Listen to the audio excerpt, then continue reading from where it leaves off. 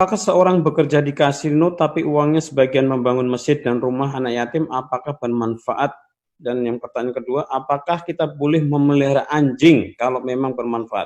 Silakan Ustaz. Dua pertanyaan. Pertanyaan yang pertama adalah bagaimana hasil kasino, hasil haram dipakai untuk yang baik. Karena tadi kata kuncinya adalah manfaat. Saya khawatir ini pertanyaan dari Robin Hood, Mas Yusuf. Ya, benar juga. Nah, tentang masalah asalnya haram, modalnya haram, maka dia menjadi haram. Kulu, makanlah. Washrabu, minumlah. Kulu, makanlah. Min thayyibat, yang baik-baik. Wa amfiku, berinfaklah. Wa amfiku, bersedekahlah. Min thayyibat. Thayyibat, yang baik-baik, yang halal-halal. Innallaha thayyibun, Allah maha suci. La yaqbalu illa thayyiban, Allah tidak menerima kecuali yang suci-suci saja.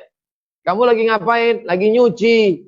Nyuci pakai apa? Pakai air kencing, maaf. Ya nggak bisa. Nyuci harus pakai air suci, mensucikan. Baru bisa suci. Kalau menyuci pakai air najis dalam ajaran Islam, nggak bisa. Yang kedua, masalah anjing. Ini tadi gara-gara anjing Ashabul Kahfi. Ya benar. Pertama, anjing Ashabul Kahfi itu adalah sebelum ajaran Islam datang. Itu ceritanya sebelum Nabi Muhammad SAW. Yang diambil dari cerita Ashabul Kahfi itu adalah pengabdian pada ulama, bukan miara anjingnya.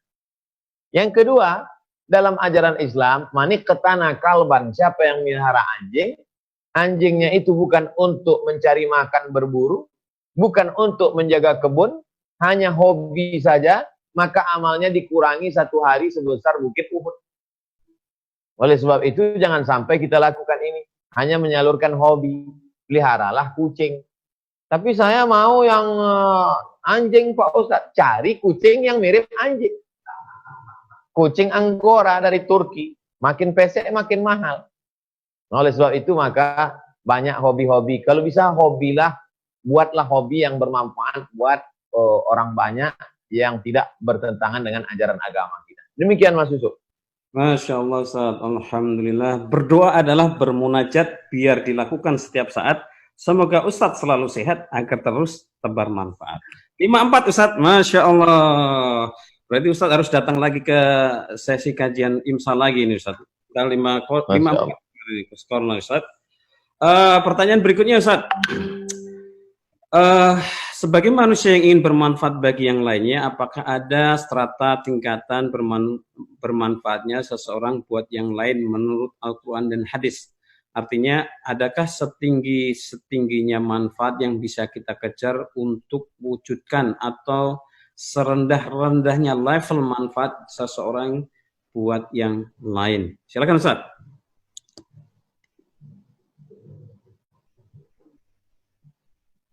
Kalau kamu tahu doamu makbul. Kamu tahu doamu makbul. Dan doamu itu cuma satu. Hai fulan, aku kasih kamu doa makbul tapi cuma satu. Maka kata Imam Ahmad bin Hanbal, doalah dapat pemimpin yang adil. Jadi level tertinggi manfaat adalah kalau manfaatnya pemimpin yang adil. Kalau Pak Kades bermanfaat, satu desa dapat rahmat. Dapat manfaat.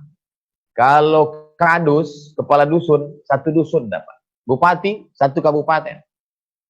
Gubernur, satu provinsi. Kepala rumah tangga, hanya satu orang saja. Atau 2, 3, 4 orang anggota keluarganya. Oleh sebab itu, maka level tertinggi manfaat adalah pemimpin. Makanya sab'atun yudhilluhumullah, 7 golongan yang akan mendapatkan naungan. Pelindung pada saat panas terik. Yauma la dhilla illa dhilluh. Hari itu tak ada naungan kecuali naungan Allah Subhanahu wa taala. Yang pertama mendapatkan naungan itu adalah al-imamul adil, pemimpin yang adil. Ini level pertama. Maka adik-adik yang lagi belajar di Amerika, spesialisasi pendidikan apapun, maka bertekadlah ingin menjadi pemimpin yang menebarkan keselamatan. Semua orang akan mendapatkan rahmat dengan keadilanmu. Ini yang pertama. Lalu setelah itu siapa? Orang yang berilmu. Di bawah pemimpin, orang yang berilmu. Innama yakhshallaha min ibadihil ulama. Berilmu dan takut kepada Allah SWT. Ilmu apapun yang membuat engkau takut kepada Allah, maka engkau adalah ulama. Karena syarat menjadi ulama adalah orang yang takut kepada Allah Subhanahu wa ta'ala. Di Mesir ada namanya Zaghlul Najjar. Ada tuh websitenya Zaghlul Najjar. Dia bukan pakar ilmu agama. Dia bekerja di Inggris, dia pakar geologi, pakar ilmu bumi. Tapi lalu kemudian ketika dia menjelaskan tentang bagaimana kerak bumi, bagaimana gunung Merapi, bagaimana gunung meletus, bagaimana ada api di dalam lautan, wal bahril masjur, demi lautan yang menyalakan api. Kita nggak ngerti apa ada api dalam air, ternyata di bawah laut ada api yang menyala. Nah, oleh sebab itu maka bisa menjelaskan ayat-ayat kauniyah dengan ilmu pengetahuan. Ini level yang kedua. Baru level yang ketiga adalah manusia, bukan pemimpin, bukan ulama, tidak ilmuwan, manusia biasa, tapi ada manfaat dari hartanya. Itulah dia sahaul aghniyah. Pertama, adlul umara, pemimpin yang adil. Yang kedua, ilmu ulama, ulama yang berilmu. Yang ketiga, sahaul aghniyah, orang kaya yang dermawan, mampu berbagi, khususnya pada wabah COVID-19, berbagi sembako, berbagi kesempatan kerja dan lain sebagainya. Saya kira ini level tertinggi. Selebihnya kita yang biasa-biasa. Mudah-mudahan segala aktivitas kita mendatangkan manfaat, insya Allah. Demikian Mas Yusuf. Masya Allah. Nggak berbalas pantun Ustaz? Saya nggak dapat support bantuan, baru datang 2 pantun. Aduh. Saya sudah siap 10 pantun pada Ustaz. Masya Allah. Saya khawatirnya ini ditonton, ke depan semua pembawa acara akan buat saya seperti ini. Aduh, benar juga Ustaz ya. Masya Allah. Ini Ustaz, pertanyaan berikutnya Ustaz. Mengapa kalau non-muslim melakukan manfaat kepada manusia, meskipun sangat besar, tapi seperti debu ditiup angin dari pandangan muslim? Pertanyaan yang kedua, bolehkah kita beramal dengan niat supaya bermanfaat untuk orang lain? Ataukah kita niatnya tetap lillahi ta'ala, manfaat datang sendiri? Itu Ustaz, silakan. Syaratnya gini Mas Yusuf, ada orang sangat hebat ilmunya. Hebat ilmunya, cerdas. Tapi dia nggak bisa ikut wisuda. Kenapa? Syaratnya harus terdaftar. Harus punya nomor induk mahasiswa. Jadi kalau mau diakui oleh kampus, ya daftar. Uang pendaftaran gratis.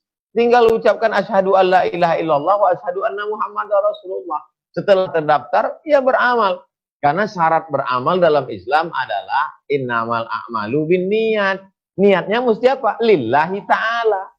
Maka saudara kita yang kita sayangi itu, teman sekantor kita, tetangga kita, mereka nggak bisa mengucapkan lillahi ta'ala.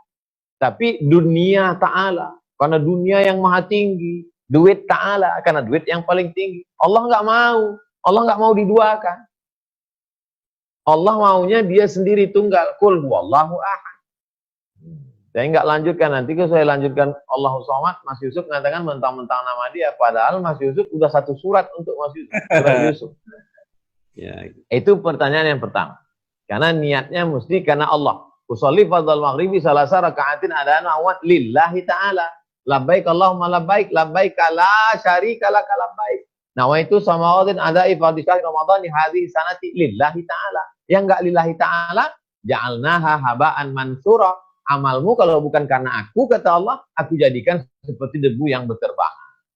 2. Tentang masalah apa tadi?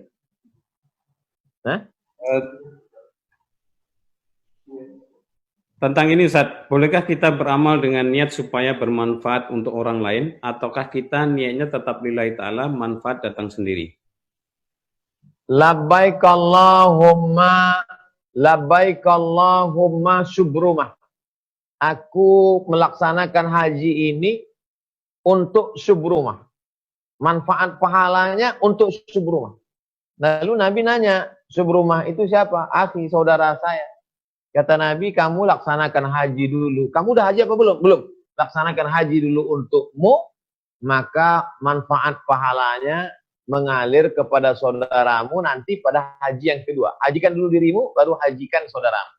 Jadi ibadah yang sifatnya ritual, ibadah haji bisa diniatkan untuk saudara kita, untuk teman kita, atau untuk tetangga kita. Kalau kita sudah haji. Puasa juga bisa ditransfer. Man shoma Ramadan, siapa yang punya utang puasa. Man mata, siapa yang meninggal, wa alaihi siyamun, punya utang puasa, shoma anhu waliyuhu, maka ahli warisnya melaksanakan puasa, transfer. Puasa bisa, haji bisa, bacaan Quran bisa, zikir bisa. Nabi mencabut pelepah korma, kata Nabi pelepah korma ini bertasbih. Tasbihnya sampai pada orang meninggal. Itulah dalil tahlilan. La ilaha illallah, la ilaha illallah. Bacaan tahlil sampai pada orang meninggal. Ini ibadah yang sifatnya ritual. Adapun manfaat tanpa kita sebutkan sampai.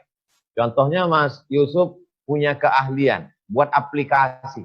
Lalu kemudian dibuat free, ditonton, di setup orang. Dimasukkan ke handphonenya. Tanpa menyebutkan, ya Allah pahalanya untuk sia-sia. Enggak. Maka dia akan menebar, mengalir dengan syarat lillahi ta'ala. Nah, ini jawaban untuk terkait dengan ritual ibadah atau yang bukan ibadah murni. Wallahu a'lam.